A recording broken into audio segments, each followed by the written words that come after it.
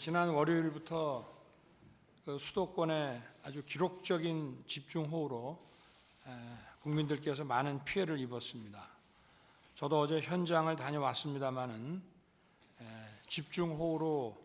고립돼서 소중한 생명을 잃는 안타까운 사고가 있었습니다. 다시 한번 희생자의 명복을 빌며 불편을 겪은 국민들께 정부를 대표해서 죄송한 마음입니다. 하천 홍수와 도심 침수의 대응에 있어서 지금 이런 이상 기상 현상에 대해서 우리가 이것을 기상 계측 이후 처음 발생한 일이라고만 볼 것이 아니라 향후에 이런 이상 현상들이 이제 빈발할 것으로 보고 근본적인 대책을 세워야 할 것 같습니다. 지금 당장 이런 집중호우 상황에서 우리가 응급복구 또 피해 지원 이런 일들을 지금 당장 실시간 해야 되지만 오늘 제가 이 상황에서 여러분들 모시고 여기에 대한 논의를 하고자 하는 것은 이것이 계속 미뤄질 수는 없는 것이고 여기에 대해서 우리가 논의를 하고 기본적인 그 예산이라도 좀 확보를 해서 여기에 대한 준비를 빨리 시작을 해야 되겠다는 마음으로 오늘 여러분들 이렇게 자리를 마련했습니다. 어제도 그 신림 사동 그 피해 그 현장을 둘러봤습니다마는 이 저지대라고 하는 것이 집중호우가 있게 되면 그 상대적인 고지대의 그 빗물들이 또 내려오고 또 다른 지역에서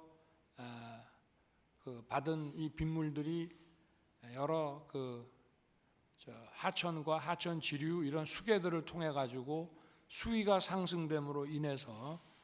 저지대에 침수가 일어나고 그러면 거기에 그 지하 주택에 사는 분들에 대한 직접적인 피해는 불보듯 뻔한 것입니다. 그래서 저희가 이런 국가의 하천과 수계 관리 시스템이 있기는 합니다만은 이거를 이제 우리 기술도 많이 향상이 됐기 때문에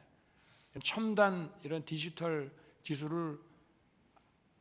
적극 활용해서 우리가 이